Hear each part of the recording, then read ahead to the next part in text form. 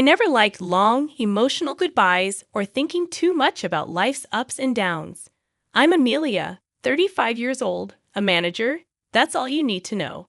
I stood there with my suitcase, sweating, feeling the weight of each step as I made my not-so-graceful exit. At the bottom of the stairs, Jeremy smirked at me, thinking I couldn't make it without his money. Linda, always making snide remarks, sat on the couch like she was queen of the world. And Zoe, the new girl, looked uncomfortable, sitting so stiffly. I packed my things, trying to stay calm, but it felt strange to be so ordinary at what felt like the end of everything. Jeremy teased me, asking where my tears were, thinking I was miserable, but I wasn't having it. Linda suggested we have dinner together one last time, daring me to break. The idea seemed crazy. Why would I dine with my ex and his new arm candy? But I couldn't resist the chance to show them I wasn't leaving as a defeated wife. So I surprised everyone and said yes. Zoe looked shocked, not expecting me to join them. Jeremy's smirk faded a bit as he offered to get wine, his attempt at being polite. Linda sent Zoe to fetch it, treating her like a child. Poor Zoe, trying so hard to fit in with those high heels and unsure steps. As we sat down to eat, tension filled the room. Linda smirked, taking a jab at my cooking skills. I forced a smile, thanking her and trying to keep calm. Across from me, Jeremy looked uncomfortable, his face turning red. It was going to be a long night. This dinner was more like a chess game than a meal. Every move needed to be calculated if I wanted to leave with my dignity intact. You know, jobs don't just appear out of nowhere. And the last place? Well, they couldn't see a good worker if one smacked them in the face. I couldn't help but chuckle. A good worker, Jay. They practically kick you out. How much did they say you cost, Em? A couple of thousand? Zoe, with a hint of curiosity, poked at her salad, not really eating. Jeremy tensed up, his grip tightening around his knife. It was blown out of proportion, he said, his jaw clenching. I made a small mistake. Amelia was just an easy target. Being late and missing deadlines suddenly made me the villain. I replied calmly, taking a sip from my glass. Linda jumped in, her voice dripping with false sweetness. Accidents happen, right? But Zoe, dear, you must be careful. Clumsiness can run in the family. Zoe gave a tight-lipped smile, her eyes fixed on her plate. Jeremy desperately tried to change the subject. Let's not dwell on the past. I'm focusing on the future. I leaned back, smirking. Sounds grand, Jay, hopefully. This time the future doesn't have a repeat ending. As an uncomfortable silence settled, Linda cleared her throat, signaling a change of subject. So, any plans after today, dear? Packing up? I glanced around, firm in my resolve. First good night's sleep in months, I reckon, I said, finally putting down my fork. Zoe, eager to contribute, spoke up. Oh, it's nothing much. Just an opening in the admin department. Might be something for you to look at. Surprised, I thanked her. Thanks, Zoe. I might just take a look. The meal continued, tension replaced by mundane chatter. Linda eyed me like a hawk, waiting for another opportunity to strike. So tell me, she said with a smirk, still living out of that tiny apartment. I pushed my salad around, barely suppressing a smile. Actually, Linda, I'll be moving soon. Got a little place closer to work now. It's mine. Jeremy choked on his drink, coughing into his napkin. You, a house? Where'd you get that sort of cash? He sputtered. Well, if you'd bothered to ask me about my life in the past year, I said, cutting into my steak, you'd know about the money Grandma left me. All $700,000 of it. His eyes widened greedily. That's half mine. Jeremy blurted out, his fork clattering onto his plate. Linda chimed in, absolutely, Jeremy. Married means shared assets. But I leaned back, letting out a laugh. Funny how you'd forget the prenup you shoved in my face. What's mine is mine, and what's yours is yours, wasn't it? So, sitting next to Jeremy with a plate of untouched food, looked at me with a mix of shock and disgust. Poor thing probably didn't sign up for this soap opera. Jeremy's face turned tomato red. That's before I knew you were coming into money, he shouted. I took another bite, savoring not just the meal, but the victory. That's just tough luck, I say, giving him a wink. Zoe's eyes dart between us, clearly regretting her choice for the night. Maybe for more than just tonight. And Jeremy? Well, he's in full tantrum mode now, his napkin thrown down with a dramatic flourish. You know what? This is crap. You can't just. I cut him off. Oh, but I can. And it seems like I just did. Dinner goes on, and with every petty jab they throw, I parry with the ease of someone with nothing to lose. Because in this tacky dining room with its gaudy chandelier and suffocating small talk, I've never felt freer. After all, there's no place like my own new home, however small and on the other side of town it may be. The sharp scent of roasted chicken mingles with the tang of tension in the air.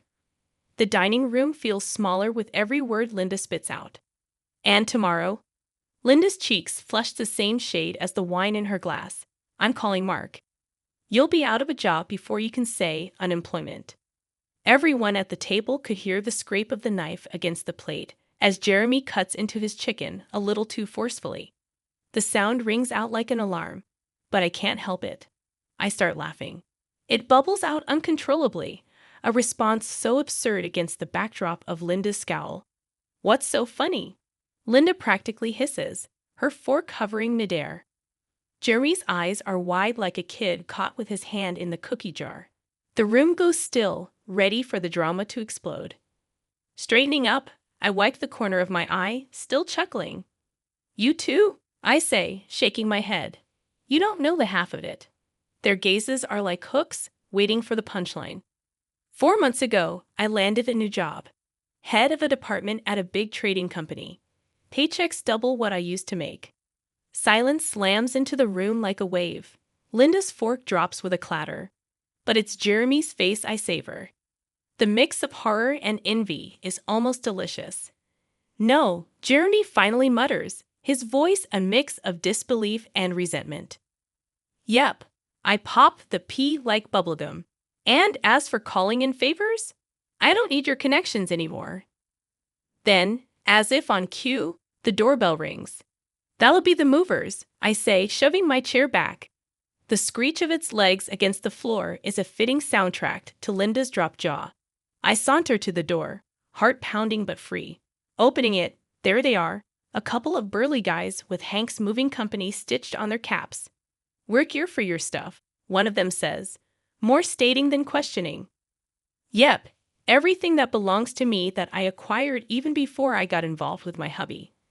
I say, hitching a thumb toward the dining room where my soon-to-be ex-life was crumbling. The mover shrugs and shuffles by, heading straight for the dining room.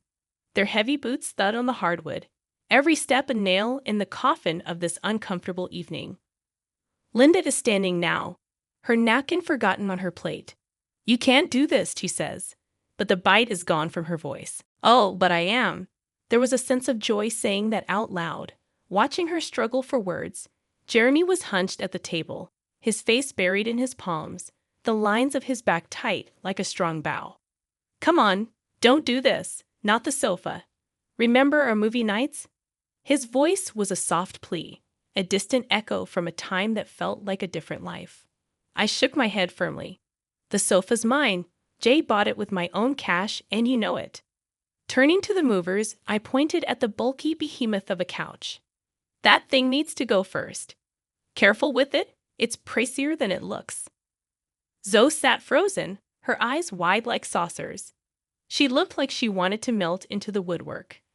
Linda was still shaking her head, her lips pressed into a thin line. You're cleaning us out, girl. What are we supposed to sit on? The floor. Should have thought of that before Jeremy decided to play house with Miss Sunshine here. I didn't bother hiding the bitterness as I swept my hand towards Zoe. The movers were a symphony of grunts and commands, hefting up my furniture with practiced ease. The TV came off the wall with a pop. The dining table was dismantled with a clatter. And even the Dan washing machine was unhooked with a series of clangs and splashes. Jeremy finally stood up, pushing away from the table. You think you've won? His voice wobbled with anger, his nostrils flaring. Checkmate. I quipped, heading back towards the kitchen. Plates of uneaten food gazed up at me as I grabbed a bottle of soda, popping the cap and taking a swig.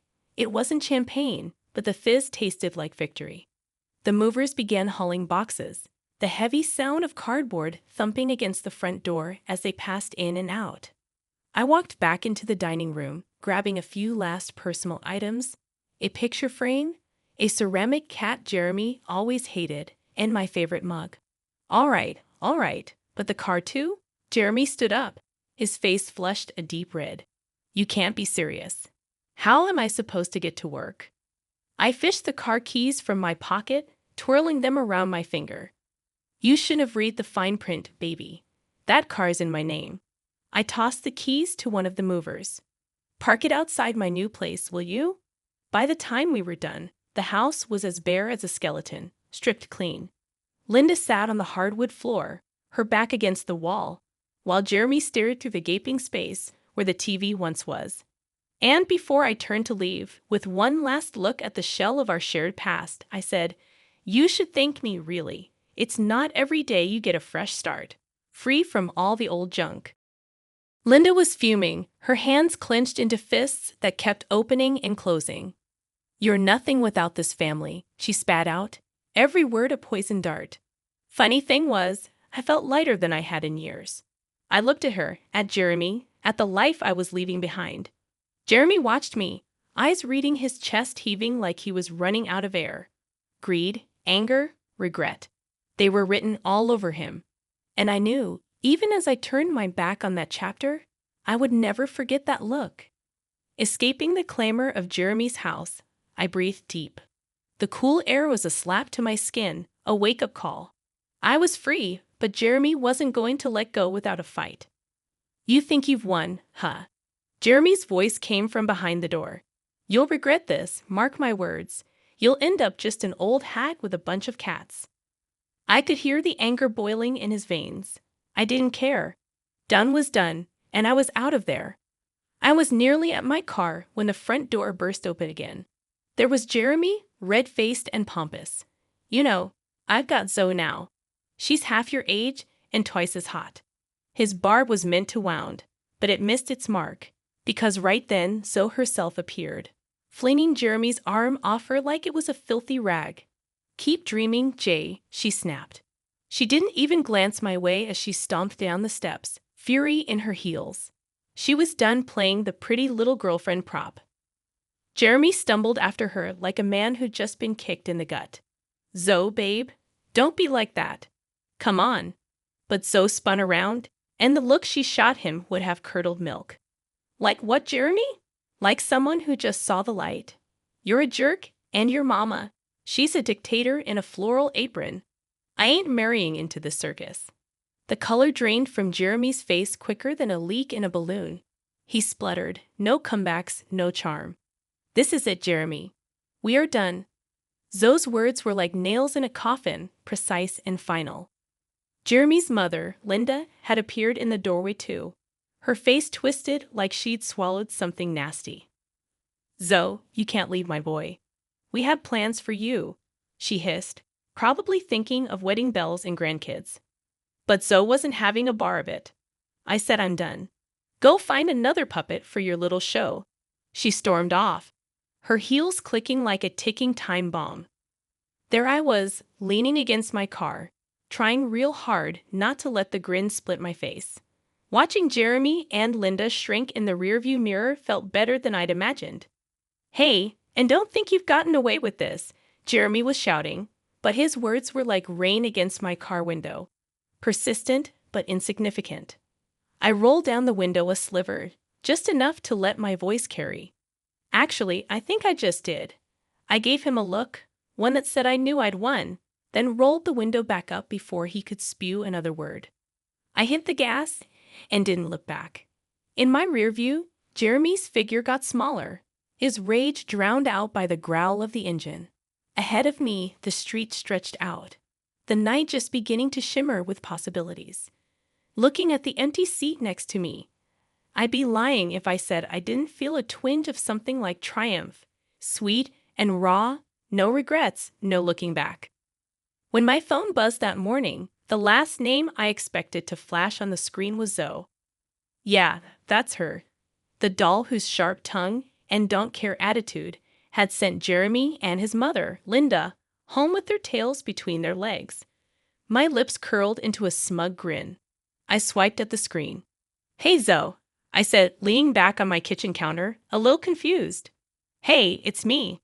Just thought I'd ring you up, to say thanks," her voice chirped through. "For what?" I leaned back on my kitchen counter, a little confused, but curious. "For yesterday, you were freaking badass, opening my eyes about Jeremy and Linda." "Ah, that?" I laughed.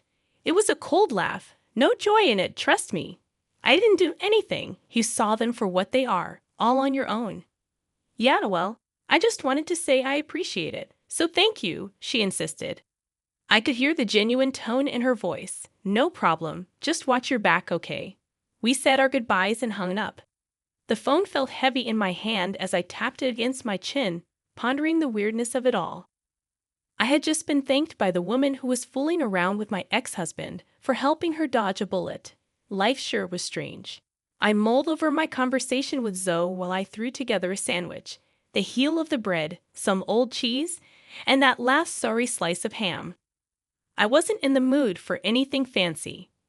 I slumped down at my tiny kitchen table, taking a bite out of the uneven sandwich. I chewed slowly, the bread dry and sticking to the roof of my mouth. That could have been me, stuck in that cycle with Jeremy and Linda. But it wasn't. I had broken free. Later that day, I sat down with a pen and a notepad. I was old school like that. A thank you note. Never thought I'd write one of those to my ex's side chick, but here we were. I scribbled quickly, not fussing over the words, just letting them spill out raw. And I told Zoe she was welcome, that she was better off now, even if it didn't seem like it yet. I told her to keep her head high and to never let some two-timing jerk and his manipulative mom tell her who she was. And I signed it simply, with no flares or niceties. The note was brief, to the point. It was enough. I sealed it in an old envelope I found in a drawer, grabbed my keys, and headed out. I dropped the letter in the mailbox, no need for face-to-face. The words said it all. Walking back to my apartment, I kicked at a stray pebble. Life had given me lemons, and I didn't make lemonade. I threw those lemons back hard, and now I was helping others do the same. I had made peace with my past, with Jeremy, and surprisingly, I had made peace with Zoe too. The world kept turning, bizarre as it was, but at least for today, it was turning in my favor. The lawyer had one of them smirks when he handed me the last paper. "It's all yours now," he said, loud enough for Jeremy to hear across the room. "Nice doing business with you," I said, rolling my eyes a bit as I took the paperwork. The ink felt fresh and symbolic, the full stop at the end of a long, dragged-out story. Jeremy didn't say nothing. He just stood there, looking like someone had taken the ground from under him, probably realizing his mom's plan had backfired. Linda, she had a face like thunder, her lips thin like she'd been sucking on lemons. "Can you believe this?" After everything I did, Linda's voice trailed off into a sort of hiss. I didn't answer, just clutched my papers a bit tighter as I walked out of the courthouse building and into my little car, that old thing that survived the marriage far better than I did. I caught Linda's eye. She was staring at me from her big shiny car, probably feeling her age and her mistakes. "You got what you wanted, huh?" Jeremy puffed out as he caught up with me, his hands shoved deep into his pockets, shoulders hunched. I turned to him, the feeling of being finally free making me bold. "No, Jeremy, I got what I deserved. There's a difference." My phone beeped, a message from Stella, a friend who'd stuck by me like glue. "Drinks tonight?" she asked. I couldn't help but smile. Stella got it. "Hell yes," I texted back, slipping into the driver's seat. There was a quiet. Not the uneasy quiet like at Jeremy's place, but the kind that lets you hear yourself think. As the engine came to life with a familiar rattle, I felt something twist in my stomach. Excitement, nerves. My new home felt different now. I stepped inside, the echo of my footsteps the only welcome, but it was enough. My eyes roamed over the place. It was a mess of boxes and furniture that had seen better days, but it was mine. I spent the next few hours moving stuff around, unpacking, and tossing what I didn't need. I made room, my room, a space that felt more like me by the minute. Next day, I drove to work. Work was the kind of busy that kept thoughts at bay and made the day fly by. At lunch, the girls were all ears. "You okay, Jess?" the office gossip asked, her eyes all concern and curiosity. "Better than okay," I answered, with no shadow of a lie. The drive home was meditative. The road stretched like my future. Uncertain, yeah, but mine all the same. That night, Stella and I hit the bar. It was loud and full, just like life should be. We tossed back drinks and threw our heads back with laughter that drew looks to new beginnings. Stella said, holding up her glass, "To tomorrow." "To tomorrow," I replied, and we drank to that. Tomorrow and the day after, and all the days to follow. Because that's the thing about tomorrow. It's always on its way. And now, so was I, ready for whatever the hell it decided to bring.